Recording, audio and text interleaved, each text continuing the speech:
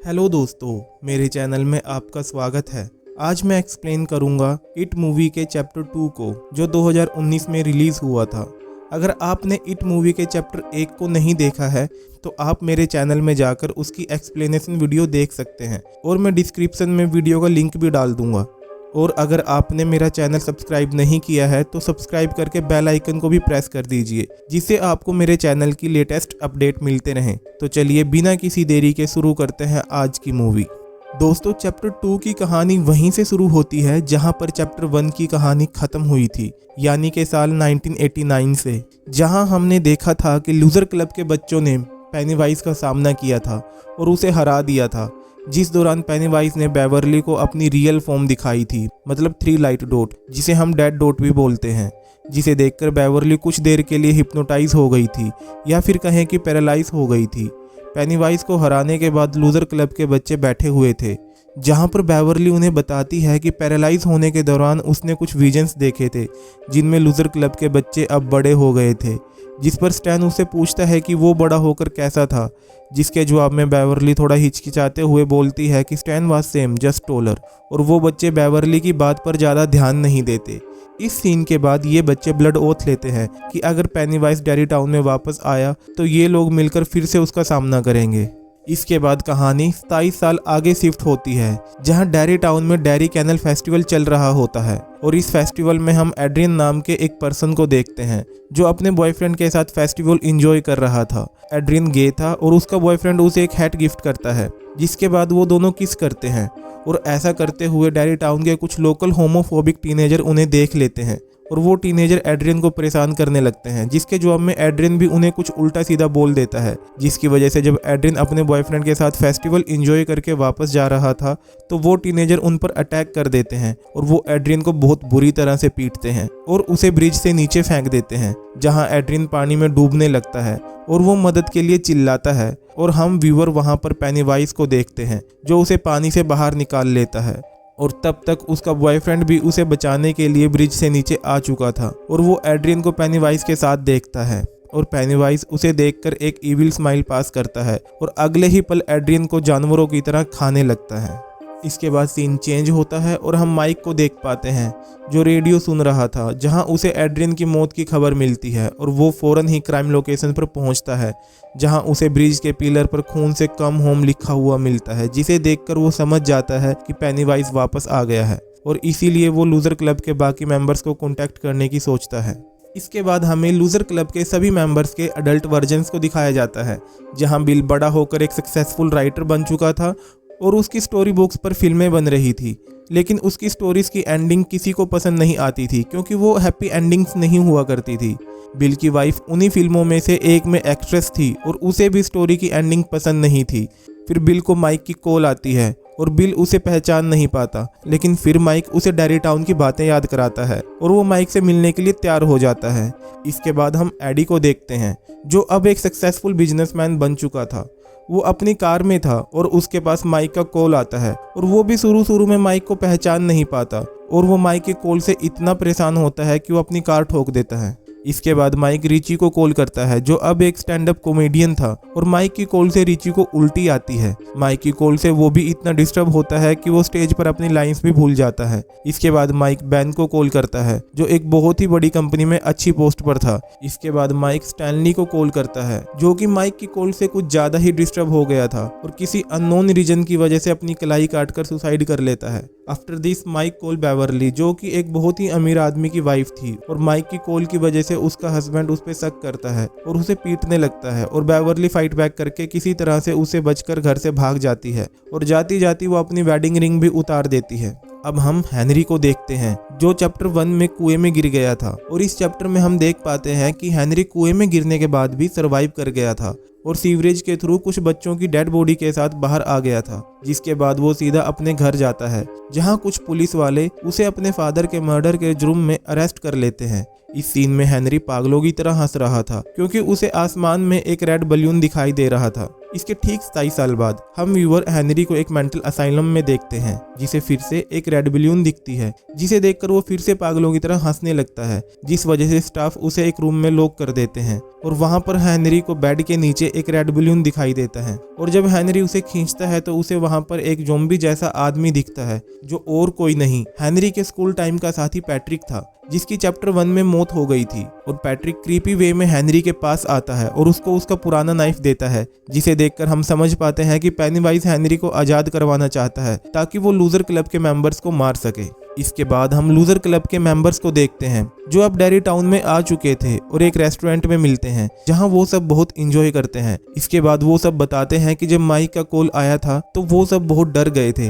लेकिन इसका रीजन किसी को भी नहीं पता था। मतलब उनको पेनीवाइज के बारे में कुछ भी याद नहीं था। और फिर माइक उन्हें पेनीवाइज के बारे में याद दिलाते हुए कहता है कि उसने उन सबको इसलिए बुलाया है क्योंकि पेनीवाइज वापस आ चुका है और माइक ने इन सबको पेनीवाइज से लड़ने के लिए बुलाया है because of their blood oath, जिसे सुनकर लूजर क्लब के सभी मेंबर्स बहुत बुरी तरह से डर जाते हैं। इसके बाद वो लोग अपनी फॉर्चून कुकीज ओपन करते हैं, जिसके वर्ड्स को मिलाकर एक सेंटेंस बनता है जो था guess Stanley could not cut it, जिससे हमें पता चलता है कि पेनीवाइज उन पर नजर रखे हुए था और उसे पता था कि स्टैनली वहां पर नहीं आया है क्योंकि वो मर चुका था। इसके बाद फॉर्चून कुकीज से कुछ अजीब तरह के क्रिएचर्स निकलने लगते हैं जिन्हें देखकर वो सब बहुत डर जाते हैं, लेकिन थोड़ी ही देर बाद उन्हें रियलाइज हो जाता है कि ये सब उनकी इमेजिनेशन थी और वो रेस्टोरेंट से बाहर आ जाते हैं। और बाहर आने के बाद बेवर्ली स्टैनली को कॉल करती है, जहां उसे पता चलता है कि अब वो इस दुनिया में नहीं है। इस बात को जानकर वो और भी ज्यादा डर जाते हैं और इस टाउन को छोड़कर वापस जाने का सोचने लगते हैं, लेकिन माइक बिल को टाउन में रहने के लिए मना लेता है और वो उसे लेकर अपने घर जाता है जो सिटी लाइब्रेरी के अंदर ही था।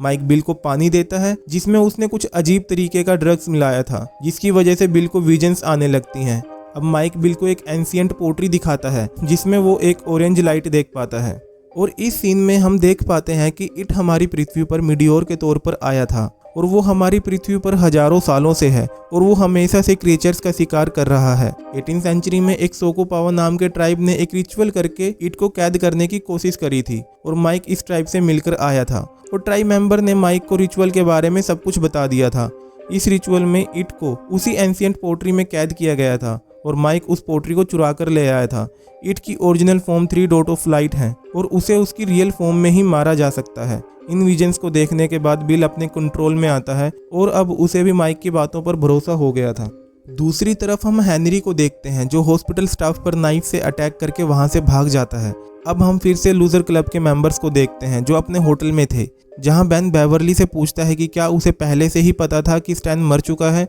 जिस पर बेवर्ली उसे कहती है कि वो हमेशा से ही अपने नाइटमेयर्स में लूजर क्लब के सभी मेंबर्स को मरता हुआ देखती थी और उसे पहले से ही मालूम था कि स्टैन बाथटब में अपनी कलाई काटकर मर जाएगा। और बेवर्ली को विजन्स इसलिए आती थी क्योंकि उसने चैप्टर 1 में इट की ट्रू फॉर्म यानी कि डेड लाइट्स को देखा था, जिसे सुनकर वो लोग ये बात समझ चुके थे कि अगर उन्होंने इट को नहीं हराया तो नियर फ्यूचर में वो सब मारे जाएंगे। इसलिए वो सब इट से लड़ने के लिए राजी हो जाते हैं और वो सब मिलकर इट को हराने का प्लान बनाने लगते हैं। अब अगले दिन वो सब जंगल में जाते हैं और बेन के क्लब हाउस को ढूंढते हैं और बेन को एक्सीडेंटली उसका क्लब हाउस मिल जाता है, जिसमें जाने से उनके बचपन की सारी यादें ताज़ा हो जाती हैं। इसके बाद माइक बताता है कि इस रिचुअल को पूरा करने के लिए सभी मेंबर्स को अपने पास्ट से एक आर्टिफैक्ट लाना होगा और इन आर्टिफैक्ट्स को एंशिएंट पोट्री में रखा जाएगा। देन माइक कुछ रिचुअल बताएगा जिसकी मदद से वो इट को हरा पाएंगे। अब दोस्तों, आपको याद होगा कि चैप्टर 1 में क्लब के सभी मेंबर्स में झगड़ा हो गया था, जिसकी वजह से वो अपना सारा टाइम अकेले बिताते थे और ये आर्टिफैक्ट उसी टाइम में छुपे हुए हैं।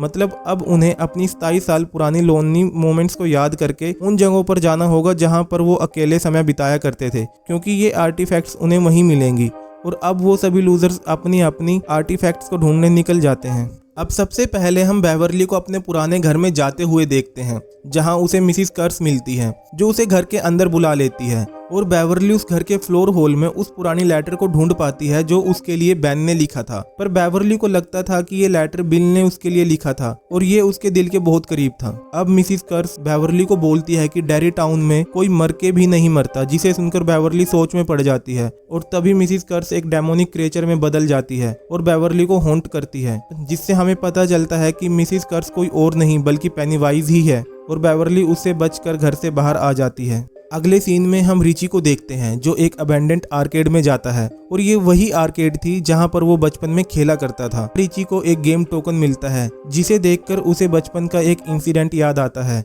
जिसमें वो इस आर्केड में एक लड़के के साथ खेल रहा था और रिची उस लड़के की तरफ काइंड ऑफ अट्रैक्टेड था, जिससे हमें पता चलता है कि रिची इज गे। और रिची उस लड़के को अपने साथ एक गेम और खेलने के लिए कहता है, लेकिन वो लड़का समझ गया था कि रिची उसकी तरफ अट्रैक्टेड है। और तभी वहां पर हेनरी की गैंग आ जाती है और वो सब रिची को कुछ होमोफोबिक बातें बोलकर वहां से भगा देते हैं और वो बाहर बनी स्टैचू के पास जाकर बैठ जाता है जहां ये स्टैचू जिंदा हो जाता है और रिची पर अटैक करता है और रिची उन अटैक से बचकर भागने लगता है। इसके बाद रिची खुद को समझाता है कि ये सब रियल नहीं है और उसी वक्त सब नॉर्मल हो जाता है। इसके बाद सीन फिर से अडल्ट रिची पर शिफ्ट होता है जो बाहर उसी स्टैचू के पास खड़ा था और उसे उस स्टैचू पर पेनीवाइज नजर आता है जो रिची को ये बोल के डराता है कि उसे उसकी गे होने वाली सीक्रेट पता है और वो सबको ये बात बता देगा, जिसे सुनकर रिची डर जाता है और पेनीवाइज बैलून के साथ उड़ता हुआ उसके पास आता है और उस पर अटैक कर देता है और रिची यहाँ से भाग जाता है। इसके बाद हम बिल को देखते हैं जिसे एक शॉप में अपने बचपन का सिल्वर साइकिल नजर आता है और वो इसे $300 देके खरीद लेता है। और जब वो साइकिल लेके जा रहा था तो रास्ते में उसे वही सीवर दिखता है जिसमें पेनीवाइज ने उसके छोटे भाई जॉर्जी को खींच लिया था और तभी उसे सीवर में से जॉर्जी की आवाज आती है और जब वो सीवर में देखता है तो उसे जॉर्जी दिखाई देता है जिसके हाथ में वही पेपर बोट थी जिसके साथ वो बचपन में खेल रहा था। और जब बिल उसे निकालने के लिए सीवर में हाथ डालता है तो पेनीवाइज उसका हाथ पकड़ लेता है और उसे सीवर में खींचने की कोशिश करता है, लेकिन बिल खुद को उससे बचा लेता है और इस दौरान बिल के हाथ में जॉर्जी की पेपर बोट आ जाती है। इसके बाद सीन बैन पर शिफ्ट होता है जो कि अपने स्कूल के प्रोजेक्टर रूम में था और उसे बचपन का एक दिन याद आता है जब वो प्रोजेक्टर रूम में अकेला बैठा हुआ था। तभी उसके पास बेवरली आती है जो उससे बहुत प्यार से बात कर रही थी and ban was attracted towards हर और इसीलिए वो उसे किस करने के लिए आगे बढ़ता है, लेकिन बेवरली उसे रोकती है और उसे फैट बॉय बोलकर उसका मजाक उड़ाती है। और अचानक ही बेवरली एक डेमोनिक फिगर में बदल गई थी और बैन समझ गया था कि ये पेनीवाइज है और इसीलिए वो वहां से भागकर अपने लॉकर में छुप जाता है और पेनीवाइज भी लॉकर में उसके पीछे ही खड़ा था और वो उस पर अटैक कर देता है और बैन वहां से भागकर अपनी जान बचाता है। अब अडल्ट बैन को ये बातें याद आ रही थी और उसे एहसास होता है कि उसके आर्टिफैक्ट हमेशा से उसके पास ही थी जो कुछ और नहीं बल्कि उसकी ईयरबुक का पेज था जिस पर सिर्फ बेवरली ने साइन किया था। इसके बाद सीन एडी पर शिफ्ट होता है जो एक मेडिकल स्टोर में जाता है और ये वही स्टोर है जहां वो बचपन में मेडिसिन लिया करता था और तभी उसे उसके बचपन की विजन्स आती हैं जहां उसे स्टोर के बेसमेंट से उसकी मोम की चिल्लाने की आवाजें आ रही थी और अडल्ट एडी भी चलता हुआ वहां पहुंच जाता है और तभी एक ज़ॉम्बी जैसा दिखने वाला आदमी उस पर अटैक कर देता है और जब एडी उसे बचने के लिए उस आदमी को चोक करता है तो वो आदमी एडी पर उल्टी कर देता है, जिसके बाद वो इस मेडिकल स्टोर से भाग जाता है और उसे रियलाइज होता है कि उसकी आर्टिफैक्ट उसकी इनहेलर है जिसे वो बचपन में इस शॉप से लिया करता था। और फाइनली बेवरली, बैन, एडी और रिची होटल में वापस आ जाते हैं और एडी खुद को क्लीन करने के लिए बाथरूम में जाता है जहाँ पर हेनरी आकर उसके चीक पर नाइफ से स्टैब कर देता है और एडी खुद को बचाने के लिए फाइट बैक करता है और हेनरी को स्टैब कर देता है। इससे पहले कि बैन वहां पर पहुंचता, हेनरी वॉशरूम की विंडो से कूदकर भाग जाता है। इसके बाद हम रिची को देखते हैं जो डेरी टाउन से भाग रहा था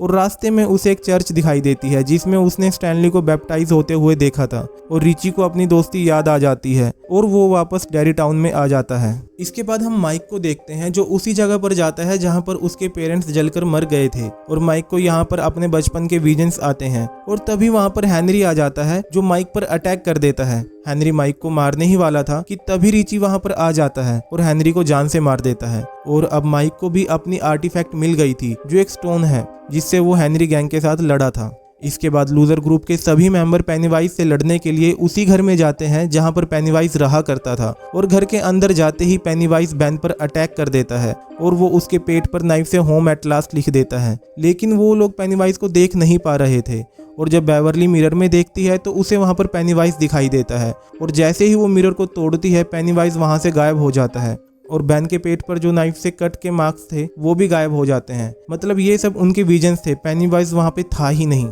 इसके बाद उन लोगों को एक फ्रिज में स्टैनली की डेड बॉडी दिखती है जिसका सर धड़ से अलग हो जाता है और उसके सर से काइंड ऑफ स्पाइडर की तरह पैर निकलते हैं और वो उन पर अटैक कर देता है। और इस सीन में एडी इतना डर जाता है कि वो फ्रीज हो जाता है और तभी स्टैनली का हेड रिची पर अटैक कर देता है और बिल एंड बैन रिची को बचाते हैं और बिल एडी को ना डरने की सलाह देता है। यहाँ से वो लोग घर में बने एक कुएं में जाते हैं जिसमें पेनीवाइज का घर था और जब वो लोग उस कुएं में जाते हैं तो एक दरवाजे के पास पहुंचते हैं और तभी वहां पर वही डेमोनिक क्रिएचर आ जाता है जो बेवरली को मिसिस कर्स के घर में दिखाई दिया था, और वो बेवरली को अपने साथ पानी में ले जाता है, लेकिन सभी लोग मिलकर बेवरली को बचा लेते हैं। इसके बाद वो सभी लोग उस दरवाजे की दूसरी तरफ चले जाते हैं, लेकिन एडी उसमें जाने से डर रहा था, इसलिए रिची उसे हिम्मत देता है, जिसकी वजह से एडी भी दरवाजे में चला जाता है। उन्हें वहां पर एक स्ट्रक्चर दिखाई देता है और ये वही जगह थी जहां पर पेनीवाइज पहली बार अर्थ पे आया था। इसके बाद वो सभी उस स्ट्रक्चर में जाकर सर्कल बनाकर खड़े हो जाते हैं और माइक उस एंशिएंट पोट्री को सेंटर में रख देता है और उसमें आग लगा देता है। इसके बाद सभी लोग उसमें अपने अपने आर्टिफैक्ट डालते हैं। बिल बोट डालता है, Eddie inhaler, Beverly letter, Ben yearbook page, Richie token, Mike rock और स्टैनली की तरफ से ये लोग उसमें एक सावर कैप डालते हैं जो स्टैन इन्हें स्पाइडर से बचने के लिए दिया करता था। इसके बाद ये लोग टर्न लाइट इनटू डार्क चिल्लाना शुरू करते हैं, जिससे ये रिचुअल शुरू हो जाता है। और तभी हम 3 लाइट डॉट को देख पाते हैं जो धीरे धीरे पोट्री में जाने लगती है, और माइक उन्हें कहता है कि कोई भी उन लाइट को ना देखे, और वो सब उसकी बात को मानते हुए टर्न लाइट इनटू डार्क चिल्लाते रहते हैं, और वो 3 लाइट डॉट उस पोट्री में समा जाती हैं और माइक उस पोट्री को बंद कर देता है। इस मोमेंट पर हमें लगता है कि इट फाइनली कैद हो गया है, लेकिन तभी इस पोट्री के अंदर से एक बैलून बड़ी होने लगती है, जिसके अंदर से पेनीवाइज बाहर आता है, जिसे देखकर वो लोग हैरान हो जाते हैं, और पेनीवाइज उन्हें टोंट करते हुए कहता है कि ये फालतू के रिचुअल उसे कैद नहीं कर सकते। और हमें पता चलता है कि यहाँ माइक ने उनसे एक बात छुपाई थी कि इस रिचुअल को पूरा करने के लिए उन सबको अपनी जान देनी होगी, जिसे सुनकर उन सबका हौसला टूटने लगता है और पेनीवाइज एक जाइंट स्पाइडर की फॉर्म में आकर उन पर अटैक कर देता है। और पेनीवाइज उन सबको विजन्स दिखाता है, जहां बिल को फिर से जॉर्जी दिखता है जो यंगर बिल से बात कर रहा था, और यंगर बिल जॉर्जी को कहता है कि उस दिन वो बीमार नहीं था और उसने जॉर्जी से झूठ इसलिए बोला था क्योंकि वो उसके साथ खेलना नहीं चाहता था। जिसके बाद जॉर्जी उसे you lied and I died बोल के गिल्टी फील करवाता है, लेकिन बिल जॉर्जी को फिर से पानी में डुबोकर मार देता है। दूसरी तरफ हम बेवरली को देखते हैं, जिसे अपने स्कूल के बाथरूम में बंद होने के विजन्स आते हैं, और तभी बाथरूम में खून भरने लगता है, और बैन को अपने क्लब हाउस के विजन्स आते हैं जिसमें रेत भरने लगती है और बैन उसमें दबने लगता है, और तभी वहां पर पेनीवाइज आता है जो बैन को फैट बॉय बोलकर टोंट करता है। आफ्टर दैट बैन नोस कि अब वो मरने वाला है, इसलिए वो मरने से पहले बेवरली के लिए एक पोइम बोलता है और उसके लिए अपने लव को कन्फेस करता है। और दूसरी तरफ बाथरूम डोर पर पेनीवाइज अलग अलग फॉर्म में आकर बेवरली को हॉन्ट कर रहा था। अब बेवरली बैन की पोएम सुनती है और वो अपने डर को काबू में करते हुए बाथरूम के डोर को तोड़ देती है और बैन को रेत से बाहर खींच लेती है। अब वो समझ गई थी कि बैन उससे बहुत प्यार करता है और वो लेटर भी बैन ने ही लिखा था। दूसरी तरफ हम फिर से बिल को देखते हैं जो अपने गिल्ट से बाहर आता है और अपने यंगर सेल्फ को समझाता है कि जॉर्जी के मरने में उसकी कोई गलती नहीं थी। इसके बाद वो यंगर बिल को मार देता है, जिसके बाद वो पेनीवाइज में ट्रांसफॉर्म हो जाता है। इसके बाद हम माइक को देखते हैं जिस पर पेनीवाइज अटैक करता है और वो माइक को मारने ही वाला था कि तभी वहां पर रिची आ जाता है और वो पेनीवाइज को एक पत्थर से मारता है, जिसकी वजह से पेनीवाइज माइक को छोड़कर रिची पर अटैक करता है और रिची उसे कहता है कि वो उससे नहीं डरता। जिसके बाद पेनीवाइज उसे अपना ट्रू फॉर्म दिखाता है और उसे हवा में फ्लोट करने लगता है। तभी एडी एक रोड से पेनीवाइज के मुंह में हमला कर देता है, जिसकी वजह से पेनीवाइज बहुत हर्ट होता है। इस मोमेंट में एडी फील्स कि उसने पेनीवाइज को मार दिया है, लेकिन अगले ही पल पेनीवाइज उस पर अपनी बड़ी सी लेग से अटैक करता है और एडी को स्टैब कर देता है। इसके बाद माइक सजेस्ट करता है कि अगर वो किसी छोटी जगह पर जाएंगे तो पेनीवाइज को भी अपना साइज छोटा करना पड़ेगा, जिससे शायद वो उसे हरा पाए, क्योंकि जाइंट फॉर्म में तो उसे हराना नामुमकिन था। इसके बाद वो एक स्मॉल केव की तरफ भागते हैं, लेकिन पेनीवाइज उनका रास्ता रोक लेता है। इस पर माइक फिर से सजेस्ट करता है कि अगर वो उसकी इंसल्ट करेंगे तो ही विल फील स्मॉलर। बस फिर क्या था, वो सभी पेनीवाइज को क्लोन, ओल्ड वुमेन, पेंटिंग इत्यादि बोलकर उसकी इंसल्ट करने लगते हैं और जिसका असर पेनीवाइज पर दिखने लगता है, जिस वजह से पेनीवाइज धीरे धीरे साइज में छोटा होने लगता है और वो सब उसकी इंसल्ट करते हुए उसे स्ट्रक्चर में घेर लेते हैं और पेनीवाइज छोटा होते होते बच्चे के साइज का हो जाता है और माइक उसकी बॉडी से उसका हार्ट निकाल लेता है और वो सब मिलकर उस हार्ट को क्रश कर देते हैं, जिसकी वजह से पेनीवाइज की मौत हो जाती है। और उसके मरने से पहले हम लाइट डॉट को भी बुझता हुआ देखते हैं। पेनीवाइज के मरते ही वो लोग एडी के पास जाते हैं, लेकिन दोस्तों एडी भी मर चुका था और एडी की मौत से रिची पूरी तरह से टूट जाता है। लेकिन बाकी लोग रिची को उस जगह से बाहर जाने के लिए बोलते हैं, क्योंकि वो पूरी जगह टूटकर नीचे गिर रही थी और इनके बाहर आते ही ये घर पूरी तरह से टूटकर बिखर जाता है। इसके बाद बचे हुए लोग उसी तालाब में नहाने जाते हैं जहां पर वो बचपन में जाया करते थे। अब बेवरली भी बेन को पसंद करने लगी थी, इसीलिए वो उसे अंडर वाटर किस करती है। इसके बाद वो लोग नोटिस करते हैं कि पेनीवाइज के मरने के बाद उनके हाथ में जो ब्लड ओथ का निशान था वो भी मिट गया था, और पेनीवाइज को मारने के बाद वो सभी लोग डेरी टाउन से चले जाते हैं। अब बिल को फिर से माइक का कॉल आता है जो उसे कहता है कि अब वो फाइनली डेरी टाउन से बाहर जाएगा। और फिर बिल को स्टैनली का लेटर मिलता है जो उसने मरने से पहले लिखा था, जिसमें उसने बताया था कि उसने सुसाइड क्यों करी थी। उसका मानना था कि वो इतना ब्रेव नहीं है कि पेनीवाइज का सामना कर सके, और अगर पेनीवाइज से फाइट करते समय वो डर जाता तो पेनीवाइज उन सबको मार देता। और उसने सुसाइड इसलिए करी थी ताकि बाकी लूजर क्लब के मेंबर पेनीवाइज को हरा सकें और जिंदा बच सकें, जिसे पढ़कर बिल बहुत इमोशनल हो जाता है। मूवी की एंडिंग सीन में हम बेवरली को बेन के साथ देखते हैं, और इसी के साथ ये मूवी ख़त्म हो जाती है। तो दोस्तों, ये थी इट चैप्टर 2 मूवी की कहानी। उम्मीद करता हूँ आपको पसंद आई होगी। और दोस्तों, चैनल को सब्सक्राइब करना ना भूलें, क्योंकि इससे मुझे और वीडियोस बनाने का मोटिवेशन मिलता है। तो चलिए मिलते हैं अगली वीडियो में एक नई मूवी के साथ। तब तक के लिए बाय बाय।